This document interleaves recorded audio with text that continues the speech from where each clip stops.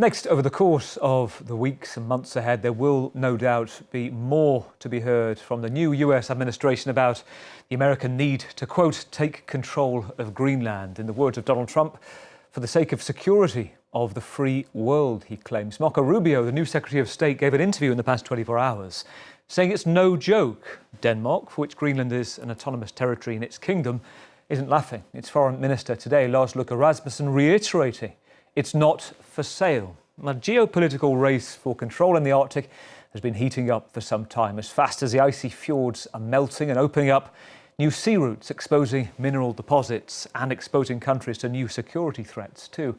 Mark Rutte, the new NATO head, was talking this week about the need for weather-proofing drones in the Arctic, increasing influence there. He also had this take on his thoughts of what Donald Trump meant by taking control of Greenland.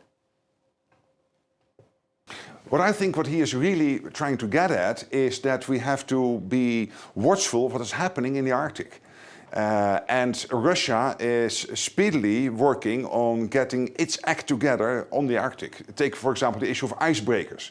We do not have enough icebreakers at this moment, for example, in the US or in many other NATO allies. So this whole issue of the Arctic, its geostrategic importance, but also, of course, the natural resources there and all the other geopolitical impact it will have is what he is really putting on the table and putting high on the agenda. But military action sounds like a war between NATO. He hasn't said that he will invade Greenland. No, he didn't say that. But what he really said is that the Arctic is of geopolitical and strategic importance.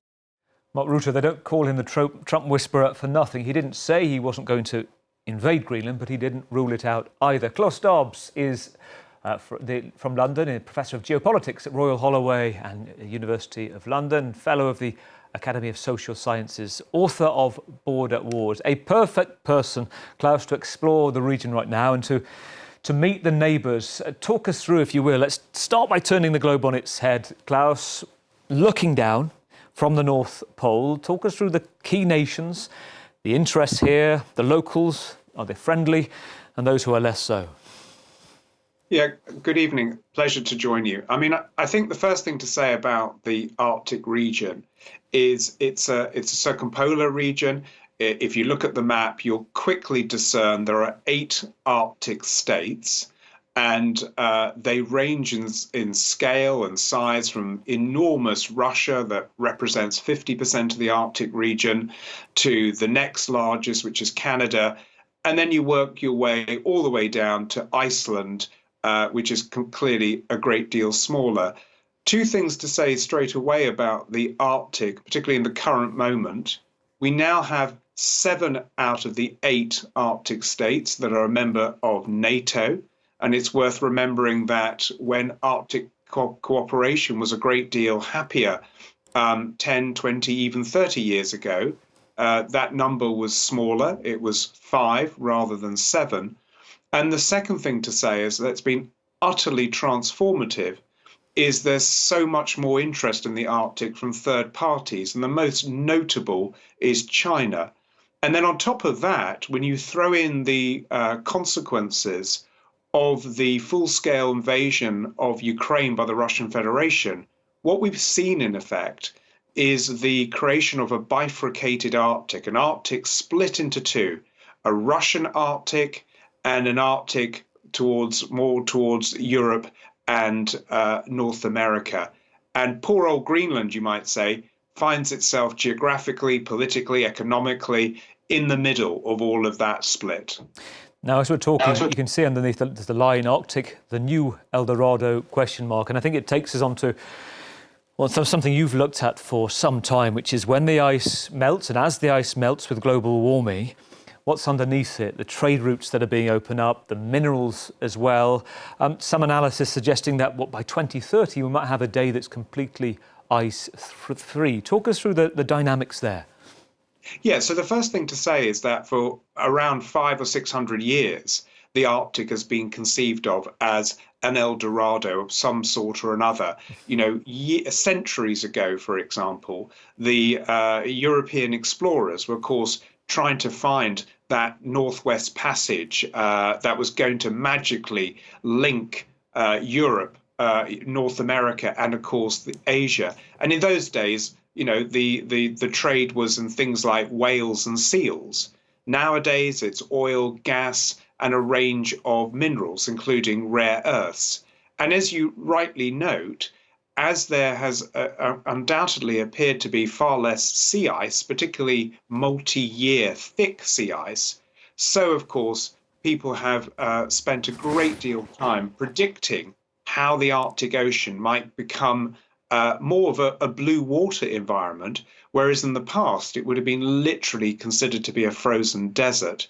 But I just want to offer a warning as well, which is just because the Arctic has less sea ice, or where, for example, permafrost, frozen ground, is less solid, it doesn't mean that it's an easier, more accessible environment to operate in. It's still going to be dark, it's still going to be cold, and if anything, it's actually worse because the Arctic is no longer a reliably frozen region. So it's not straightforward. It becomes more expensive too, I think you've said in the past, Klaus, for infrastructure, for a number of countries trying to mine the many resources there. Another thing, I want to bring up this map. This is a treasure map that The Economist published in recent days. And you can see through it, it's fairly complex, but you see the aluminium, copper, nickel, silver that Norway mines, Sweden, copper, rare earth. You saw Greenland, cobalt, copper, graphite. So all these things that go for our batteries, our mobile phones. And you see different routes, red, blue, light blue. So some hug the coast of Russia, some the Northwest Passage to Alaska. Now, you mentioned China earlier, a key player here, and I've seen some quotes suggesting that their trade routes, rather than taking itself to Europe in about 33 days, maybe 20 or so, if the ice were to melt and they could come through. And that gives us a sense why China is such a friend of the Arctic right now. Yes, so it's a really important map. And it's one that you, like all maps, is quite enticing to look at, but you do have to decipher it a little bit. So you can see the shipping routes. There are three. The most important is the Northern Sea Route. That's the one that skirts across the north of Russia. That's a long-established sea route that's been operated by the Soviet Union and now Russia for well over 100 years. And that sea route has seen plenty of traffic involving Chinese, Korean, and other vessels. So that's by far the most important. The Russians consider it to be an utterly strategic, important to their nation and future prospects. And it also coincides with all the work that the Russian armed forces does in terms of making sure that the Russian Arctic is safe and secure. The Transpolar Sea Route is the most speculative. That's the one that runs through the center of the Arctic Ocean, through the North Pole. That's the one where some scientists are suggesting that in the summer season, in the next 5 or 10 years, it might well become more navigable. And then the final one, the Northwest Passage, is the fabled passage that runs through much of Canada. It's the one that actually suffers more sea ice congestion than the Northern Sea Route does, so it's less widely used. It's one that is highly sensitive because the Canadians consider it to run through their internal waters. The Americans, the European Union, and others don't accept. It's a kind of internal water matter. And then turning to the minerals quickly, it's really important to say that some of these minerals have been long exploited by various countries. Others are more speculative, particularly in Greenland. And the thing to bear in mind, all of this only matters if there are global markets that mean that the cost of extraction is worthwhile in the first place.